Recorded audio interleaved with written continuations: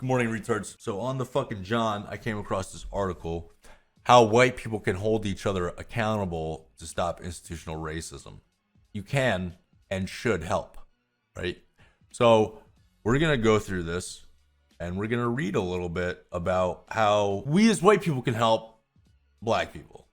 Let's get into it. How white people can hold each other accountable to stop institutional racism. You can and should help. Now, this is written by Ellie Belly. Now, how much you want to bet that this is a fucking white chick? Let's do some digging. Now, as you would expect, this chick is not only white, but she's definitely motherfucker. This bitch is probably whiter than Frosty the Snowman sticking his dick in between a mayo and white bread sandwich. Well, her Twitter bio says gay goth Martha Stewart, which already makes me want to fucking die. What do you... Yo, I hate you, cat. Presidential candidate, Senator Kristen Gillibrand, which I don't even know if she's fucking running anymore. Who the fuck gives a shit about that lady? Explained why it's her responsibility as well as the responsibility of other white people to discuss institutional racism. Gillibrand spoke openly about how she and fellow white people can and should use their white privilege to educate other white people. Many of whom, whatever. Okay, so here's what I don't fucking like, is you have these Democratic running retards, right? So you have these people running up and saying how we should give a voice to all the minorities out there on all that shit. Now that's one thing.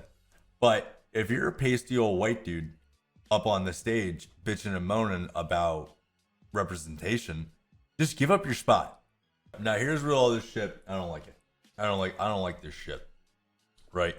So you have, I firmly believe I died a couple years ago and I'm in hell living with all you morons trying to make my life even worse.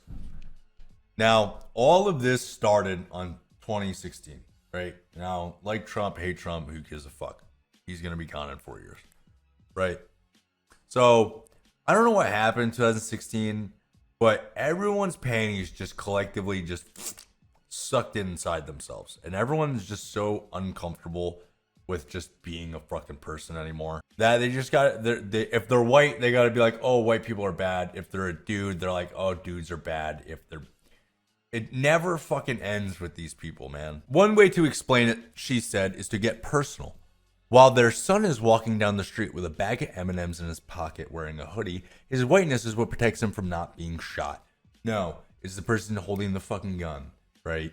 And then she talks about a kid going to ask for help. Listen, if you knock on someone's door and ask for help and they say no based on the color of your skin, they're an asshole. You think that just because an 8-year-old is black, they're going to just open fire at the dude asking for help? No, you're fucking high. Many have stressed the need for white people to actively practice anti-racism and allies since 2016. That's it. It just all comes down to Trump won in 2016 and everything white people do from now on is racist. Even just the fact that being white is racist. It shouldn't always be the responsibility of black people and people of color to educate white people on how they're being racist. Stop teaching other people how not to be racist. People know how not to be racist. The only people that don't know how not to be racist are, guess what? Racists. Generally, people don't like racists. Not nice people, man. Who really gives a fuck what color you are? Racists. So I don't know why, like, motherfuck, dude, this shit's so dumb. It isn't up to white people to decide what is and is not racist. It's our job as white people to listen to black people.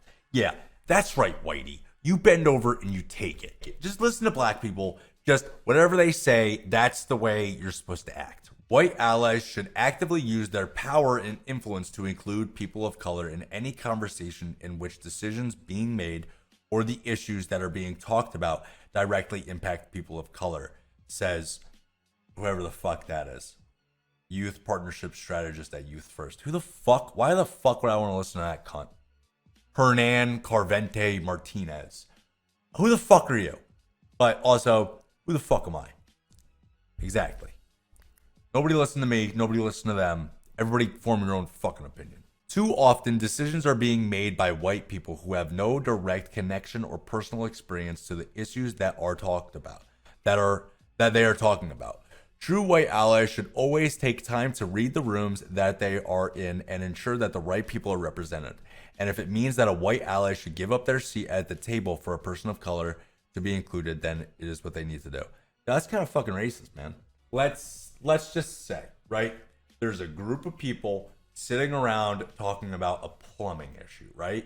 Let's just say there's a neighborhood in the hood that shit is literally going up people's toilets and up their butthole when they go to poop, right? That's what's happening in the black community right now.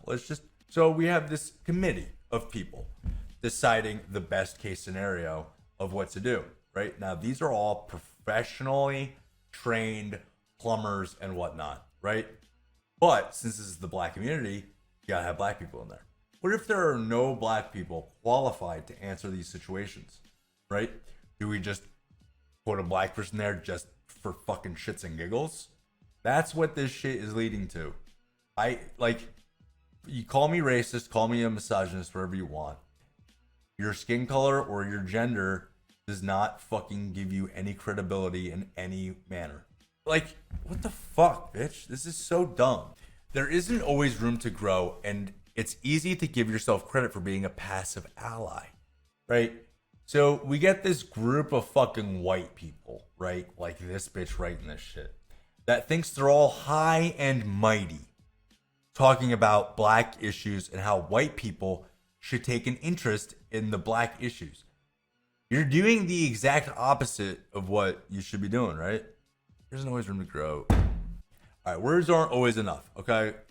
So just because you're white and just because you're not a racist, that's not enough. Fuck you, whitey. It's not enough.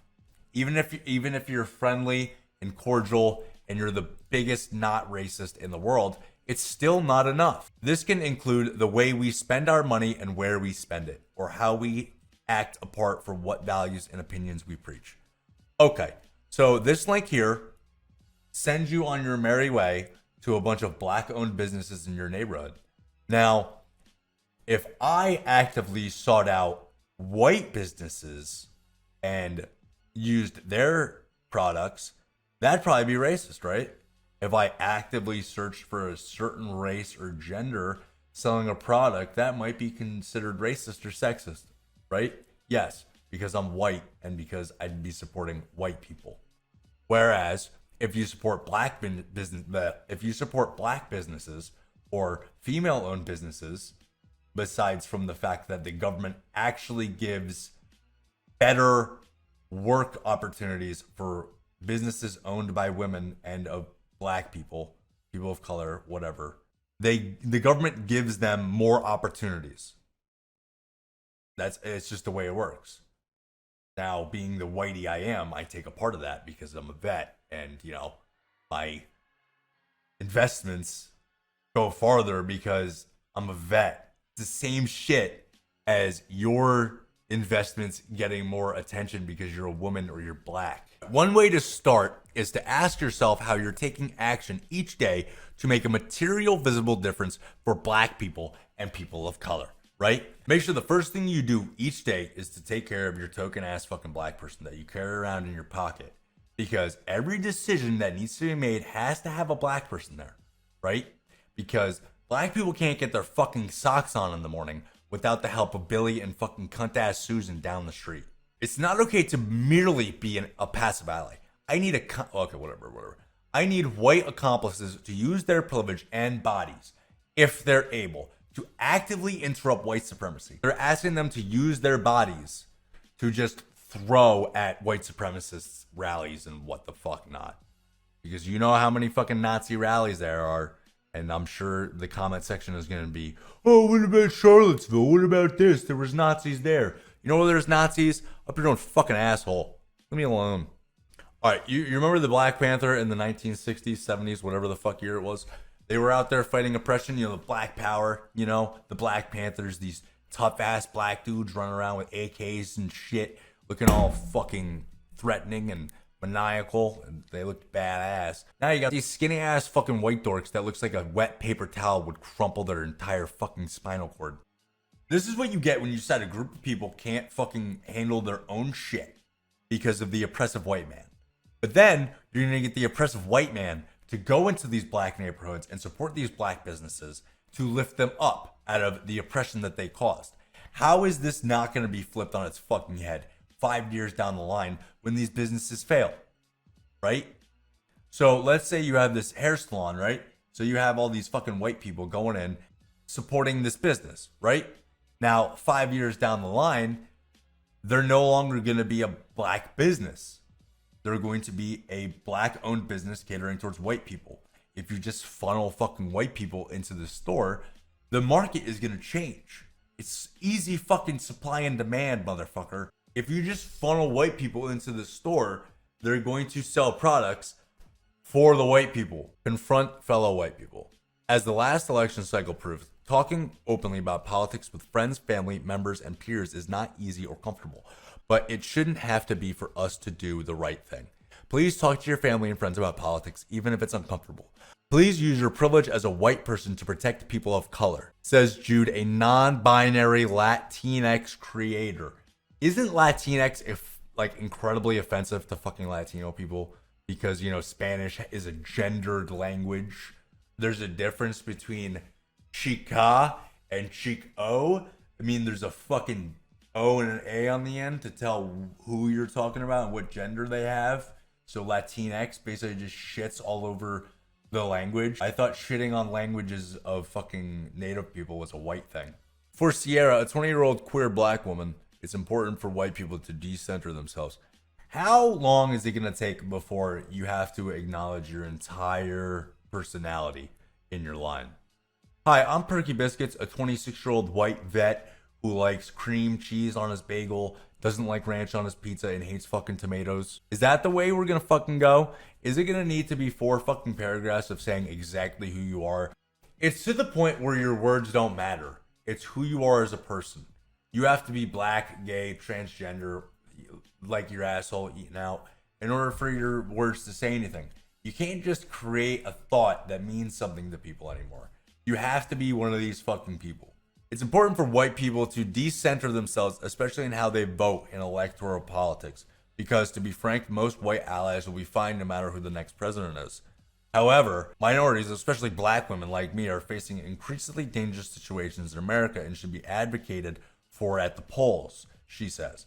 Which is why white people should act and vote with more marginalized people in mind. Yeah, fuck you, whitey. Don't vote for your country and what you think the best opportunity is. Vote for what the black person tells you. What you want, let's say you're all for fucking abortion. What if black people aren't? If black people aren't for abortion, you have to vote against it. I'm sorry. Those are the rules. No more. No more whitey. Sorry, whitey. You can't have your mayo on white bread anymore. Not unless the black people want it. If you see or know that your classmate or coworker is being treated unfairly, being paid less, being given more to do without compensation or recognition, speak up for them, she told Teen Vogue.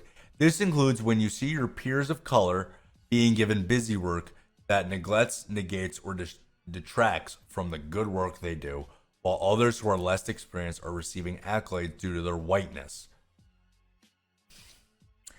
How the fuck is anyone who reads Teen Vogue qualified to make this fucking decision, whether it's busy work or not? Whether the person given the work is just because they're black, or are they getting a fucking slide by because of their whiteness? This type of behavior makes black people and people of color, whatever, so incredibly fucking weak. You're basically telling me that anytime you see a black dude doing any type of work, it's just because they're black and not because they work for the fucking business.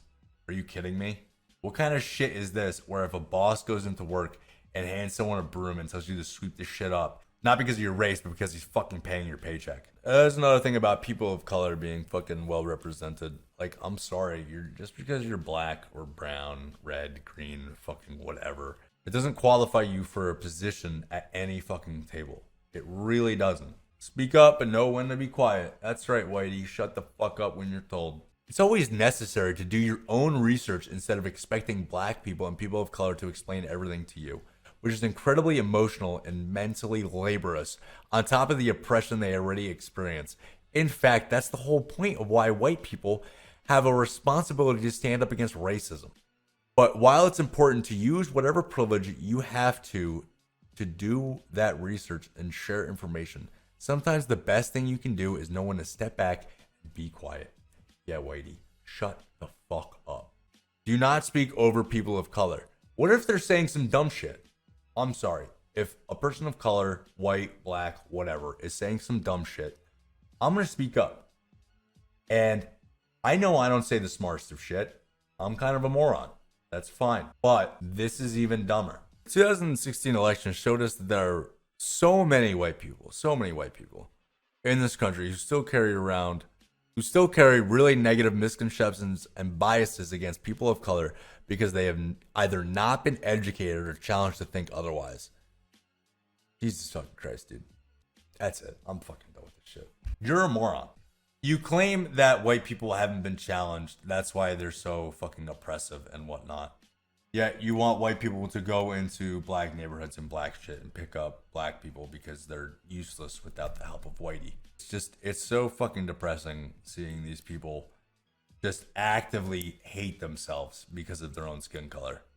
Yet, it's perfectly okay to be racist in the other manner, saying black people are fucking invincible to whatever they say, and they're so just weak as people that they need white people to pick them up. This is fucking dumb. I'm out of here. Catch you in 2020.